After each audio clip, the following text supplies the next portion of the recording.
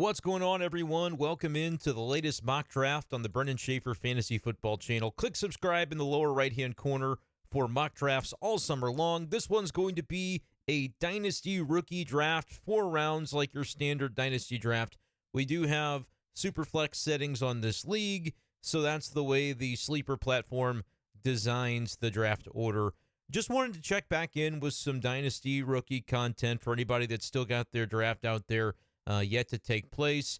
I'm going to go ahead and lock in at the number 8 draft position and kick the draft off and just see if there's anything interesting that we can glean from the way people are drafting. The Sleeper platform computers basically try to mirror what a real draft would look like. And so we're just going to dive in at number 8 and see what we come up with.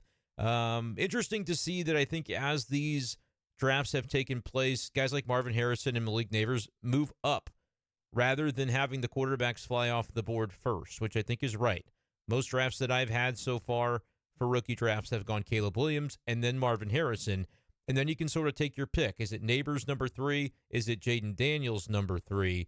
I think either of those guys could go in that slot, and the other typically falls to 4, and we see that here with Daniels going number 4. Rome Odunze, I think unless you're in tight end premium, is the right pick at number 5, or at least the pick we see most commonly.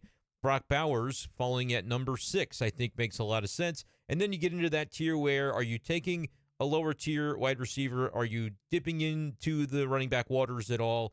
Or do you go with another quarterback in the Superflex setting and kind of try to maintain the chance at a lottery ticket in Drake Maye or J.J. McCarthy? At the 8 spot here, my preference, I do like McCarthy, I think, over Maye, honestly, but I'm not finding myself really eager to draft either. I think if you needed a running back, Jonathan Brooks would be a great pick at 8. Xavier Worthy, though, falling to 8 feels like something that you don't see this in a non-Superflex, right? So we're going to take our shot on Xavier Worthy potentially being the answer for the Kansas City Chiefs as their rookie wide receiver selection. McCarthy goes after that. Jonathan Brooks, the first RB off the board. Thomas and Coleman wrap up the first round. Wow. Ladd McConkey falling to 2.4, going behind Bo Nix and Michael Penix.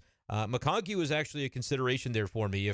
If Team 7 had taken Xavier Worthy, I would have taken McConkey at 8 over Maye and over McCarthy because I really think he can be a special player for the Chargers.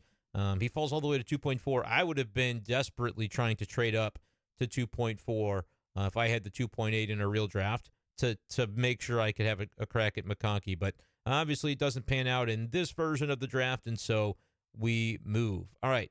54 seconds on the clock in the second round. Adonai Mitchell is the top player according to ADP. You got Jalen Polk, Troy Franklin, wide receiver options. Ben Sinnott is an interesting play here. I don't necessarily know normally where he's been going the last couple of weeks in rookie drafts, but I kind of like him.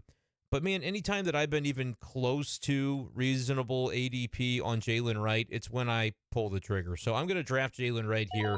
I don't believe in Raheem Mostert long-term, but I do believe in the scheme for the running game in Miami long-term. So these picks might be mirroring some that I've made in recent videos, but I really do think that this is a sensible way to go. I like scooping up Jalen Wright in the second round, especially if I went wide receiver in the first. Now we see a lot of running backs go off the board in round 3. I don't know how typical that's going to be, but some of the names that you see, guys like Vidal for the Chargers, I think could absolutely find his way into a role in that offense early with the absence now of Austin Eckler. We did see a couple of tight ends go off the board as well. Marshawn Lloyd, back of the second round, another interesting running back. But, man, just not many wide receivers off the board, which makes you think we probably handled it pretty properly by picking a running back in round 2, because we basically still have our pick of all the receivers we would have been interested in. Jermaine Burton is a guy that I've taken a lot of, but I'm starting to be intrigued more by Roman Wilson, rather, when I think about the way the Pittsburgh Steelers have historically drafted wide receivers so successfully. I'd like a shot at him. Now you're seeing in the 4th round a tight end run, and this is where I do think the Sleeper platform, I recommend they improve. Because Corley and Jermaine Burton, neither of those guys should be available this late.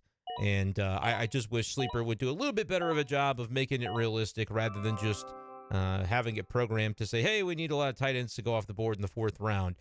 There are some good ones there. Wiley for the Chiefs. I know All is a guy for Cincinnati that people have been interested in, and Cade Stover as well.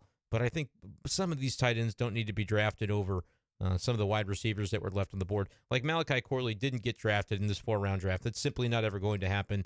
But just wanted to hop on with a quick video here to kind of update you on what a draft board might look like. I think if you're checking out the first 2 rounds, it's a lot more realistic. Round 4, unfortunately for this one, you almost have to throw out.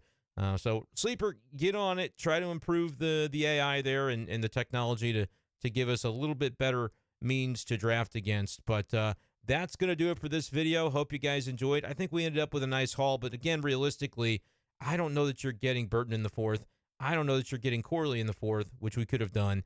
And I also think Roman Wilson might have been taken in the first half of that 3rd round. And if that would have happened, I don't think Audric Estime is a bad call. He would have been the guy to reasonably fall.